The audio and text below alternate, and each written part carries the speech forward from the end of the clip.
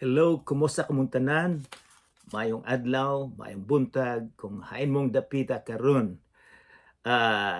Sama sa gihapon, daghang salamat, nagpasalamat ako sa Ginoo nga makatabang o nga kita makatuon gihapon sa pulong sa Ginoo. Kay maoy akong kalipay nga kita mahibawan nato ang gisulti sa atong Ginoong Kristo 2000 na katuig karon. Kay siya man lang ang dalan, kamatuoran ug ang kinabuhi nga walay katapusan. So ikaw ako gustong adunay kinabuhi nga walay katapusan. Magpasalamat usab ako sa mga tao nga mitabang kanang galuto og mga snacks, mga dinoldog ug unsa pa na inyong giluto para nga makatilaw kitang tanan. So sa ako sa huna-huna lang nako nga ako makatilaw sa inyong mga gikaon karon. So walay paglangay-langay, atong itugyan ang tanan sa atong Ginoong Hesukristo. Mag-ampo kita. Amahan mong langit nun, ikaw ang walay sinugdanan ug walay katapusan. Ang imong pulong mulungtad sa hangtod sa hangtod. Mituo kami nga ikaw mobalik aron pagkuha kanamo. Sa dili pa maguba kining kalibutan. Ginoo, hinaot po unta magauban ka kanamo karon, hinaot po unta nga ang imong pulong mupilit sa tagsa-tagsa namo kasing-kasing aron nga maoy magdumala sa among kinabuhi. Ginoo, uban kami karon, naghangyo kami sa Espiritu Santo nga mo'y mutabang kanamo. Miingon ikaw sa balaan nga pulong nga kung adunay usa o duha nga gatuon sa imong pulong, ikaw naa sa among tunga. Lord, hinaot po unta nga among masabtan nga ikaw uban kanamo karon. Sa ngalan ni Jesus nga among manluluwas. Amen. Sa usang semana, dito kita sa kapitulo 12 sa sinulat ni Marcos. Usa ta moadto sa kapitulo 13 atong mag-review kita unsay nahitabo dito sa kapitulo 12. Dito atong mahibaw-an nga ang mga religious leaders, ang mga pangulo nga nagadumot ni Jesus, daghan silang gihimo aron mabitik ang atong Ginoong Hesukristo, aron ilang isumbong nga para muhunong na ang trabaho sa atong Ginoong Hesukristo.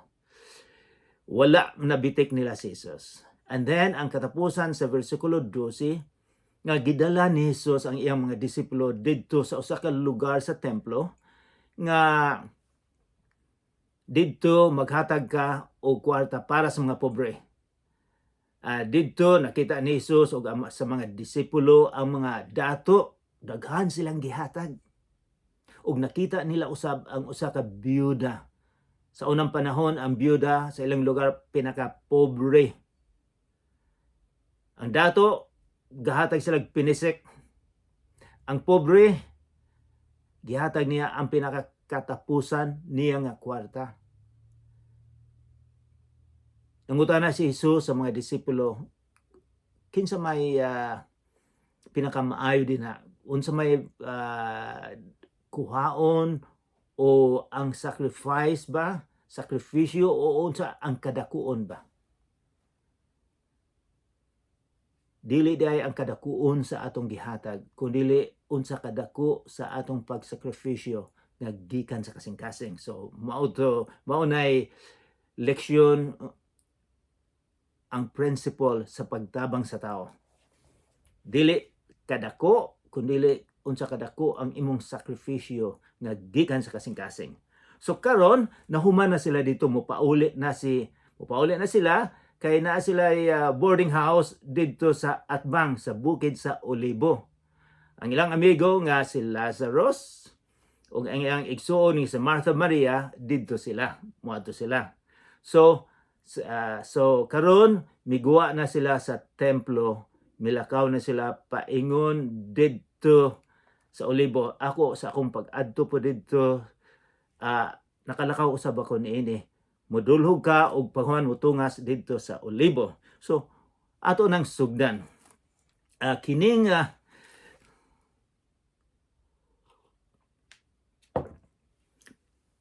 atong pagtuon karon usa ni sa pinakalisod kaayo nga leksyon sa Bible. Lisod kay ni akong gibasa daghang mga tao nga naantigo sa Biblia ug giunsa nila pag-interpretar ni. O daghan ang interpretasyon nila.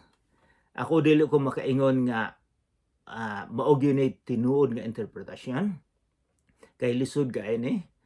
I will try my best na mahimong simple kay kini tudlo si Jesus sa katapusan unsa may tabo sa kalibutan o gatag na siya. So daghang moingon nga kini sa para atong masabtan ni siya, kinahanglan atong masabtan ang tagna ni Jesus. Ang tagna ni Jesus na ay duol kaayo nga gitagna niya nga tinuod nga mahitabo o dili pa kumpleto. Makumpleto na ning tagna niya sa katapusan sa atong kinabuhi o sa katapusan sa kinabuhi sa kalibutan. So na ay near nga fulfillment o dili pa mahuman ng kanang pagtagna kundi dugay pa nang matapos. So mao na itong bantayan. So bantayan nato nga lisod ni kaayo. So daghang mga tawo nga gigamit nila ni dinhi ato usab nga makita nga ang atong Ginoong Kristo pinaka-ebidensya nga siya ang Ginoo. So magsugod na ta. So migwa na sila. Og sa paggula ni Jesus sa templo, kauban niya mga disipulo, usa sa ayang mga tinun-an miingon kaniya, tanawa ra magtutudlo kadako niining mga batuha o kadako niining mga balaya. So ang kining disipulo paglantaw niya sa templo na admire gyapon nila nga kini sila sige ni silang moadto didto sa templo. Mga Hudiyo sa fiesta sa Passover moadto sila didto. Pero bisan pa og nakita nila ni na admire gyapon nila unsa ka matahom kining templo. So akong ipakita ninyo mao ni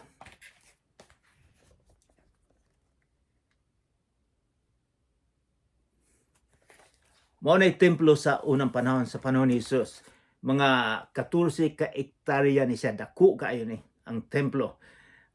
Miingon si Josephus, Flavius Josephus, usa ka Jewish historian nga dili Kristiyano siya, historian, nagsulat siya pod nga kung lantaw ning kining templo sa layo kayo, nagsidlak-sidlak murag daghang snow kay kini siya napuno og puti nga marble. And then naay mga bulawan nga gidekorar. So mao gini usa ni ka matahom nga building sa unang panahon ni Jesus. Kini gihimo ni Haring Herodes. Mga 20 ka tuig wala pa natawo si Jesus, gasugdan na niya iyang gihimo or iyang giayo, iyang gipadak-an. So mga 80 ni katuig usa na human. So sa panahon ni Jesus sa AD 33 namatay siya, wala pa ni nahuman. Nahuman na AD 40 nahuman ni siya. Og naguba usab ni siya. Daghang akong naadtuan sa kalibutan kay sa barko ko sa una, and then dire sa Canada usay magbakasyon kami. Nag-volunteer ako sa una didto sa Athens, Greece. Nakita nako ang Parthenon, usa ka bantugan nga building nga mga simbahan nila, dako kay ni guwapo pud ni kaayo.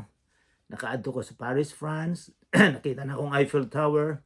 Nakaadto ko dito sa London, sa Bridge of London, sa New York, sa Los Angeles, sa Disneyland, dito sa Disney World. Pero dili na ako gustong mobalik dito, kaya nakita naman ako. Pero kining mga disipulo, bisag sige nilang nakita ni, nakaadto sila sige silang mag-worship, maghalad dito kada tuig. Na-admire gyapon nila nga gwapo gini kayo. So mao ni observation sa disipulo. Unsa may isulti ni Jesus? So ang isang usa ka disipulo miingon, tan-awa ra magtutudlo kadako niining mga batuha o kadako niining mga balaya. Kanang mga bato bisag unsa kadako sa crane, walay makaalsa ni ana, kadako gyud kaayo na. Unsa may tubag ni Jesus sa dihang ingon, gwapo kaayo na. And then versikulo 2, kaniya mitubag si Jesus nga nag-ingon, nakita ba nimo kining daghang mga balay? Dinhi wala unyay mahibiling usa ka bato nga magpatong sa bato nga dili pagatumpagon. Dili kayo na ako makita ang goan. Utro na ako, mingon si Jesus, nakita ba nimo kining daghang dakong mga balay? Mingon siya, dinhi wala unyay mahibiling usa ka bato nga magpatong sa bato nga dili pagatumpagon. So maunay prediction, maunay gisulti ni Jesus nga mauni mahitabo niini. So tan-aw nato ang atong ang principle nato sa tagna naay near, naay duol kaayo nga matuman o dili pa gyud na matapos sa dugay na dugay usa mahuman ang kalibutan, dili pa masunod ang iyang tagna. Pero naay duol nga tagna nga mahitabo nga tinuod. So unsay giingon ni Jesus? Nga kining gwapo kayo nga mga batong imong giingon, kining templo maguba ni. Mingon siya, bisag usa ka bato matumpag. Unsay giingon niya diri? Walay unyay mahibiling usa ka bato nga magpatong sa bato nga dili pagatumpagon. Kay balo mo nahitabo ang gisulti ni Jesus sa AD 70, mga 40 ka tuig, usa paghuman nga misulti ang atong Ginoong Jesucristo, giguba sa mga Romano ang Jerusalem. Ang templo Jerusalem giguba ni tungod kay nagrevolusyon sila. So ang nahitabo kini usa sa atong mahibaw-an nga ang atong Ginoong Jesucristo ang iyang pagtagna eksakto kayo, nahitabo gyud nga kini gubaon ni sila. O kanang iyang giingon nga bisag ang patong sa bato dili pagatumpagon. O I should say, utro na ko, dinhi wala unyay mahabiling usa ka bato. Kay bulo nganong walay mahabilin nga nagpatong, kay gisunog ni sila sa pag-atake sa mga Romano.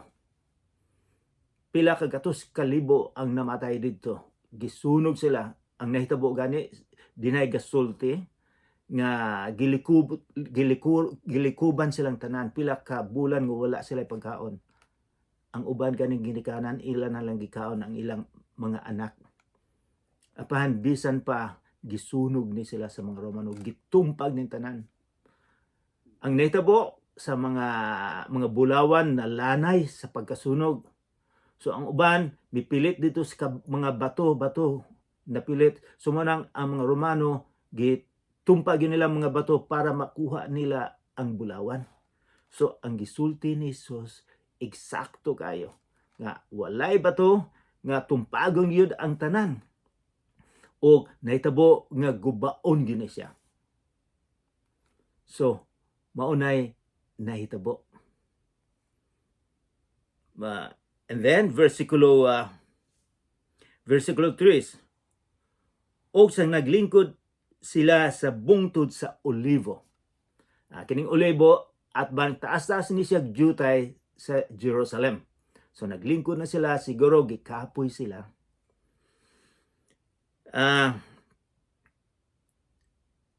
O sa naglingkod na sila sa bungtod sa Olibo at bang sa templo nga sa tago nangutana kaniya si Pedro, si San Pedro, si Santiago o si Juan o si Andres nga na nag-ingon. So daghang na sila yung mga disipulo pero kining upat ka tawo ilang yung ilang gi-corner ang atong Ginoong Jesucristo. Unsa may buot nimong ipasabot niini? Sa imong gitag na unsa may imong palihog tudloa kami unsay may tabo. Wala ko kabalo kung ang ilang nasabtan nga mobalik si Jesus dayon o ang katapusan sa kalibutan maubay lang gipungutana apan si Jesus nagtag na nga naay mahitabo sa AD 70 naguba gyud ang Jerusalem, naguba gyud ang temple. So pag adto namo didto pila nakatuig karon nakita namo ning guba nga bato mga daghang kayo. Og ang fulfillment ang mahitabo sa pipila wala ta kabulog pila ka tuig nga mahuman ang iyang pagtagna. So ilang gipangutana ang atong Ginoong Jesucristo? Unsa may bot ipasabot nimo sa imong gitudlo? Kini ang gisulti sa atong Ginoong Jesucristo.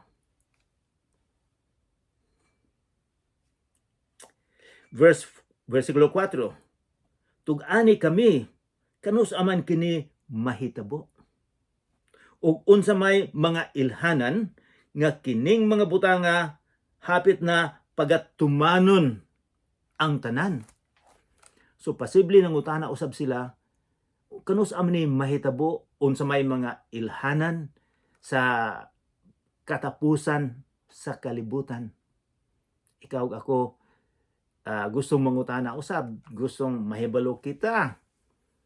Apan daghan kaayong mga relihiyon, dinay usa ka relihiyon nga miingon sa 1844 sobra na sa katuig, usa ka gatos katuig ug tunga mitagna sila nga si Jesus mubalik sa 1844. Ang mga tao daghang misunod kanila gibaligan nilang yuta nila, gibaligan balay kay miingon sila muabot na si Jesus, mubalik na, katapusan na, dalhom kita sa langit. Walay natabo. Daghang mga leader sa Amerika, mga relihiyon gikan ni sa Amerika, nga daghang mga tawo nga nailad. And then dito po sa usa ka lugar sa Amerika usab dinay usa ka tawo nga miingon nga moadto ta sa usa ka lugar didto kita maghulat sa atong Ginoong Jesucristo.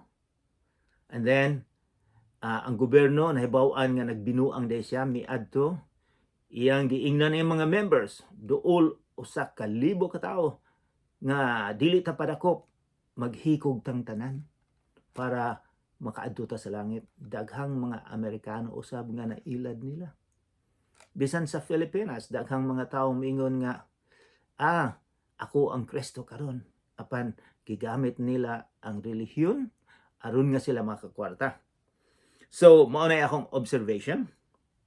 Sunutan na sila, kanus aman mobalik, kanus aman mahuman ang kalibutan. And then mo na giingon ni Jesus, nangutana sila unsa may mga ilhanan nga hapit na pagatumanon ang imong gisulti. Gisulti ni Jesus, og si Jesus misugod sa pag-ingon kanila. So bantayan nato ang mga ilhanan. Kining interpretasyon ani dili ni ang pinaka-kumpleto. Kinahanglan ang pagbalik ni Jesus dili ni ang pinaka-kumpleto. Kinahanglan atong tun-an ang libro ni Daniel o ang libro sa Revelation para mahibawan nato ang tanan. So usa lang ni sa konteksto, usa lang ni sa atong pagtuon, pero kung gusto gyud mahibawan ang tanan, basahon ang libro ni Daniel, basahon ang libro sa Revelation. Okay. Og si Jesus misugod sa pag-ingon kanila, magbantay kamo. Sumingon siya na pulong, magbantay. Ikaw ako, magbantay. Siya, nga naman, magbantay kamo nga walay magapahisalaag kaninyo. Daghang unya ang mutungha, dinala ang akong ngalan, og manag-ingon, ako mao ang Kristo. Ningon si Jesus, pagbantay kamo. Kay kanang kay daghang mga taong mga piki, mga fake, mga scammers. Kay ko sa kalibutan, daghang mga scammers. Daghang mga piki, usahay na mo telepono sa balay nga nakadaugog usa ka milyon, pero akong ihatag ang akong numero sa bangko para ilang i-deposito. Kay ko daghang mga scammers. Sa panahon ni Jesus, mingon siya, pagbantay kamo. Maayo ni sa atong panahon karon sa imuha og sa ako. Daghang mga relihiyon, mga leader, maayong musulti. Naiuban maingon nga, pangutan ako, akong nahibawan ang tanan. Mga tao usab mituo nga nahibawan ang tanan. Bisa gani ang mga Bible scholars nagtuon sa Grego, sa ubang mga lingwahe, dili mo ingon nga nahibalo ako sa tanan, apan daghang mailad. So, minsan daghang mailad. Og daghan ang ilang pahisalaagon. So daghang mga tao sa mga maluko. Inigkadungog ninyo mga gubat og mga dangog-dungog may tungod sa mga gubat, ayaw kamo kakuyaw. Kinahanglan gayud kini nga magakahitabo apan dili pa kini mao ang katapusan. Mingon si Jesus, daghang gubat, pero dili na buti pasabot ang katapusan. Sa kalibutan karon sa sa pipila-pila na kalkatus katuig, daghang gubat ang nahitabo. Bisan karon si Putin giatake ni ang Ukraine, daghang gubat, pilay patay didto sa Ukraine karon. Didto sa Israel kontra mga Hamas, sobra sa 50,000 nga mga Palestinians ang patay na. Dito sa Ukraine, mga 900,000 ang patay sa mga Russians. Sa ikaduhang gubat, mga 1-2 ka milyon ka mga taong Pilipino ang namatay. Pero sa ikaduhang gubat, sa tanan sa kalibutan, mga 60 ka milyon nga mga taong patay. So, dili pa na buti pasabot nga ma-organize sinugdanan nga si Jesus mobalik na. And then, sa giingon pa ni Jesus, kinahanglan gayud kini nga mahitabo apan dili pa kini mao ang katapusan. So versikulo 8, kay managubat ang nasod batok sa nasod, og ang gingharian batok sa gingharian, og mahitabo ang mga linog sa panagkalain-laing mga dapit. Mahitabo ang mga gutom, apan kini, ingon si Jesus, sinugdanan lamang. Una, ang mga kasakit. So kasakit, dili pa din na kasakit. So pagbalik ni Jesus sa katapusan, adunay dako gyud nga kasakit. So mingon siya, naay gubat, dili na sinugdanan lang na, naay gutom. Sa kalibutan karon, daghang gutom, dinhay gutom dito sa Africa. Daghang mga taong muadto sa Amerika, dito sa Canada, kay gutom sa ilang lugar. Makaluoy gipapauli sila. So mingon dili pa na. And then adunay linog. Sa linog sa Negros sa unang panahon, pila na katuig karon, nakatilaw kog linog. Makahadlo kaayo sa pagwa sa nagtudlo ko sa BJMP gihol ngan, pagwa na mo paghuman og 3 ka minuto milinog. Maayo kay daghan pang pangutana ang atong mga amigo dinha, so wala dayon mi nakapauli. Kay kung dili muadto man ta kami sa Changi didto mi maniod to. And then ang Changi sa pag-adto namo dito wala pa mi nakaabot, nalinog na guba. So giprotektahan sa Ginoo. So miingon nga ang linog, daghang linog sa kalibutan karon, daghang linog. Unsay giingon ni Hesus, apan kini sinugdanan lamang una sa mga kasakit. Kini sinugdanan lang ni.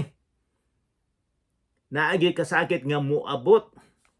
Verse 9, apan kinahanglan magbantay kamo. So naay pulong nga magbantay sa inyong kaugalingon. Kay kamo ilang ikatugyan ngadto sa mga hukmanan. O kamo ilang bunalan sulod sa mga sinagoga o kamo managbarog sa atubangan sa mga gobernador o sa mga hari tungod kanako. Niingon iyang giingnan niya mga disipulo, kamo makatilaw mo og kalisod sa inyong kinabuhi. Gipasidan-an niya ang mga disipulo. Tungod kanako, tungod sa atong Ginoo. Nagsakripisyo siya tungod ni Hesus. Kita usab di ay magsakripisyo tungod ni Hesus. Dili sa uban, kundi tungod sa atong Ginoo sa Kristo. Kining mga tawhana, nagsangyaw sila sa maayong balita nga si Hesus lamang ang dalan kamatuoran ug kinabuhi nga walay katapusan. Si Hesus lang makapasaylo sa sala. Mao to'y ilang giwali. Apan miingon si Hesus, makatilaw mo ug kalisod. Kay kamo nagwali sa akong ngalan. Bisag karong panahon na sa China, sa Saudi Arabia, sa mga Muslim countries, kung musulti ka may tungod ni Hesus, goodbye. Posible patyon ka, posible presohan ka. Kung ay mga tao nga moadto nga makonverter, nga moadto ni Hesukristo, nga mo'y manluluwas, ang mga pamilya patyon sila. Muna lisod kayo. Og ang maayong balita, kinahanglan igawali una ngadto sa tanang katawhan, kanasuran, miingon sila. Karon daghang ang technology nato. So bisan asang lugar karon sa kalibutan giwali ang maayong balita.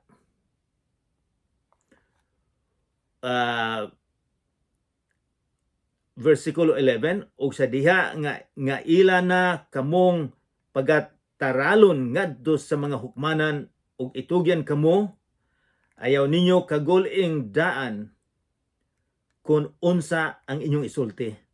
Apan kinahanglan isulti ninyo ang bisan unsa nga igahatag kaninyo ni adtong taknaa, kay dili kamo mao ang magasulti kundili ang Espiritu Santo.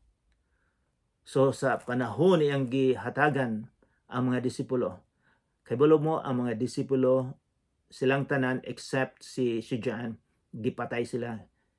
Gipatay, gidugmak, gipreso, gipreto sila. Ang uban so miingon siya, ay mo kahadlok unsa inyong isulti kay ang Espiritu Santo magkauban kaninyo.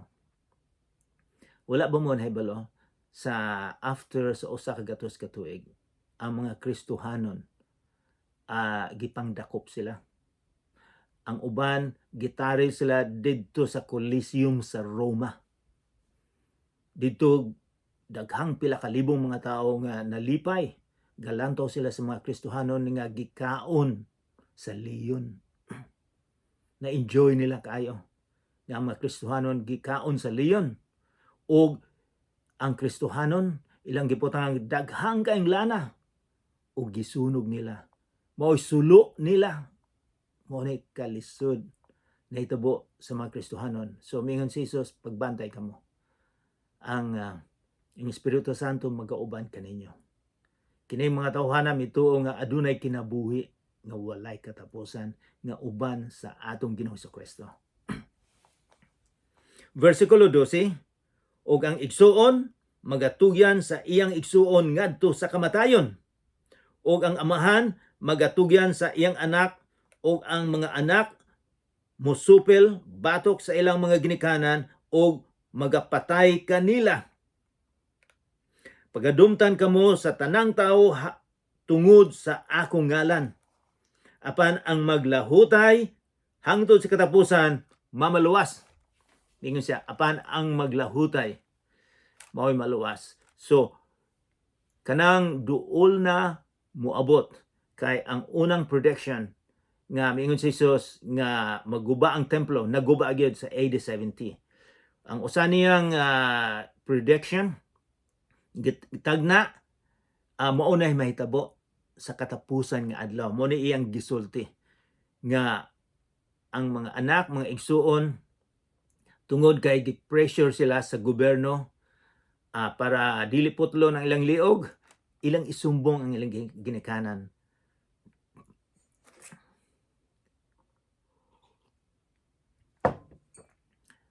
Naay mga lugar karon sa kalibutan nga gitudluan nila ang ilang mga anak sa eskwelahan. Ituluan sa mga maestro nga kung mahibaw-an ninyo nga ang inyong ginikanan gaampo ni Jesus, gabasa og Biblia, isumbong. Kay ang ilang gihimo dili na maayo. So ang mga anak usab gisumbong nila ang ilang mga ginikanan. So nahitabo ni. Pero mas grabe pa gyud sa pagduol nang moabot pagbalik sa duol nang mahuman ang kalibutan. And then unsa giingon ni Jesus sa versikulo 13, kining prediction ni tagna daghang mituo nga ang mga Kristohanon niining panahon na kuhaon sa atong Ginoong Hesukristo. Kuhaon ang iyaha. Dito sa panganod ang mga Kristohanon mutagbo ang atong Ginoong Hesukristo. So naay mahabilin ni ining panahon na. So miingon si Jesus nga sa katapusan apan ang mulahutay ni anang panahona kay lisud kay ang kinabuhi. Mas lisud pa sa na-experiencehan kanang moabot nako nga mahuman na ang kalibutan. Ang maluwas katulang mulahutay. Kay daghang buti pasabot, daghang maingon nga dili nako mahimong Kristohanon. Dili nako musunod ni Jesus, lisud na kayo. Gusto lang ko ng happy. Miingon si Jesus, ang mulahutay lang. Ang mulahutay. So, ang mulahutay sa katapusan, maoy maluwas. Apan, inig kakita ninyo na sa malaglagon nga pasipala. Malaglagon nga pasipala. O mahimutang diha sa dapit diin kinahanglan dili kini ibutang. Ipasabta niini ang magbabasa. Kung kinsa tong mobasa sa Biblia, may sila pasabta may tungod sa akong pagbalik. Nan sila nga anaa sa Judea, miingon si Jesus, ana sa Judea, pakaligawa, pakilagiwa ngadto sa kabukiran. Unya siya nga ana sa atop, ayaw na pakanauga ni pasudla sa iyang balay aron sa pagkuha sa mga bisan unsa pa. 16, og siya nga anaa sa uma, ayaw na pagpabalika aron sa pagkuha pa sa iyang kupo. Verse 17, og alaot gayud ang mga mabdos og ang may mga masuso ni adtong mga adlawa. Pagampo kamo nga unta dili kini mahitabo sa panahon sa tingtugnaw ang pagbalik niya. Kay niadtong mga adlaw may kasakitan unya nga ang ingon wala pa mahitabo sukad sa sinugdan sa kalibutan nga gibuhat sa Dios hangtod karon ug dili sa gayud mahibalo. Sumingon siya ni anang panahon na lisud kaayo. Nahibalo ba mo nga sa pagguba sa Jerusalem, kadaghanan sa mga sumusunod ni Jesus wala na nga matay. kay nahibaluman sila nga kung moabot na ng mga Romano, ayaw mo pag-adto dito sa Jerusalem sa templo. Kalagyo mo dito sa kabukiran. Lagyo dayon mo, dalagan dayon mo. Apan daghang mga Hudiyo nga miadto sa templo. Kay dako kayo, abi nila dili na gubaon sa mga Romano. Pero ang Romano, pinaka-powerful nga country sa unang panahon. Walay makalupig nila. Israel, gamay lang kaya ni. Dito sila, nahurot sila pagkamatay. Ang mga sumusunod ni Jesus, nga mituo, nga ayaw pag-adto dito, dalagan mo dayon. Daghang naluwas nila sa revolusyon dito sa Israel. And then, verse 20, o kun ang gidaghanon ni adtong mga adlaw, wala pa pakubsi, na ipulong importante, pakubsi sa Ginoo. Wala untay taong maluwas apan tungod sa mga pinili nga iyang gipili. Iyang gikubsan kadtong mga adlaw. So miingon siya, lisod gyud ang adlaw, pero gipakubsan niya. Nganuman aron sa mga gipili niya nga mga sumusunod ni Jesus. Di na siya gipili. Ug unya, kung aduna miingon kaninyo, tanawa aniya na ang Kristo, miingon sila. Ni anang panahon na nga duol nang mubalik si Jesus, duol nang mahuman ang kalibutan. Miingon si Jesus, tanawa aniya na ang Kristo. Ang Kristo bot ipasabot manluluwas. O tanawa atua na siya. Pahimangno ni Jesus, ayaw gayud kamo pagtuo ni ini. Ayaw gayud mo pagtuo ni ini. Sa katapusan mga adlaw, daghang moingon nga ako ang Kristo karon. Mingon siya, ayaw mo pagpaluko. Ayaw gayud kamo pagtuo ni ini. Versikulo 22, kay mutungha ang mga mini nga Kristo. So naipulong mini, mutungha ang mga mini nga Kristo. Nakadungog ba mo nga naayo bang mga tao moingon nga sila ang Kristo? Gitagna na ni Jesus nga sa usa pa siya mobalik, daghang moingon, ako si Jesucristo. Ako ang manluluwas. Daghang maluko nila.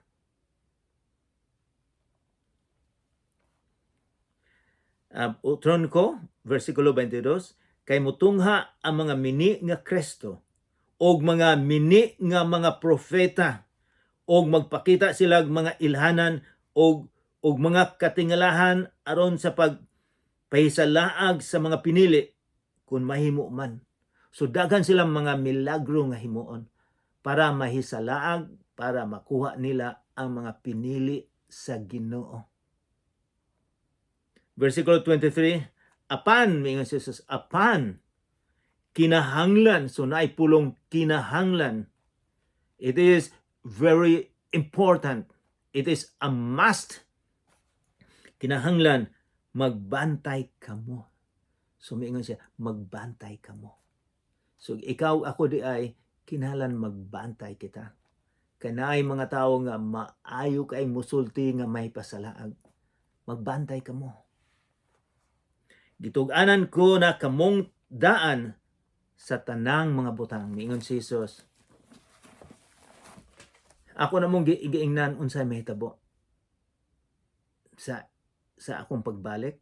Daghang mga tao nga mga mini, bisan karon sa kalibutan, daghang mga tao, daghang mga relihiyon nga gatudlo nga kung musunod kamo sa among relihiyon, maluwas kamo. So may unsay gitambag sa atong Ginoong Jesucristo, magbantay kamo. So ikaw ako magbantay. Usa sa mga butang nga magbantay kita, kinahanglan maampuon kita, nga magpaduol kita sa atong Ginoong Jesucristo. Magampo kita. Amahan namong langitnon, daghang salamat sa prinsipyo nga imong gihatag kanamo karon. Daghang salamat nga ikaw mubalik, nga imo kaming dalhon dito sa lugar nga imong gi-preparar. Daghang salamat usab nga ikaw nagpakamatay alang kanamo. Ginoo, tudloa kami sa paghigugma kanimo sa tibuok namong kasing-kasing, sa tibuok namong kalag, sa tibuok namong hunahuna, sa tibuok namong lawas. Tudloa usab kami sa paghigugma sa isig katawo kanamo. Tudloa kami sa pag-alagad nga na kanimo. Sa ngalan ni Jesus nga among manluluwas. Amen.